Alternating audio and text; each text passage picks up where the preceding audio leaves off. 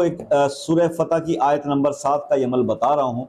वो आयत जो है वो ये है कि वलिल्लाहि जुनूदुस समावाति वल अर्ज़ व कान अल्लाहु अज़ीज़न हकीमा। इतनी सी आयत है, इसको आप किसी भी टाइम कर लें। वैसे फजर का टाइम दी बेस्ट है इसके लिए। 95 टाइम्स 95 दफ़ा इसको पढ़ लिया करें। पूरी तस्बीह भी नहीं है, 95 दफ़ा अव्वल और आखिर दुरूद शरीफ के साथ 95 टाइम्स सूरह फतह आयत नंबर 7 आप पढ़ लीजिए।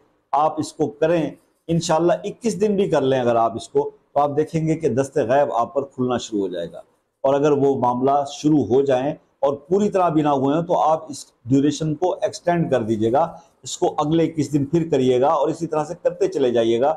यकीन करें कि 2-4 महीने लग जाते हैं, लेकिन जब दस्ते गैब खुलता है ना तो चस आ जाती है, जिसको कहते हैं ना चस आना, वो चस आ जाती है बंदे की जिंदगी।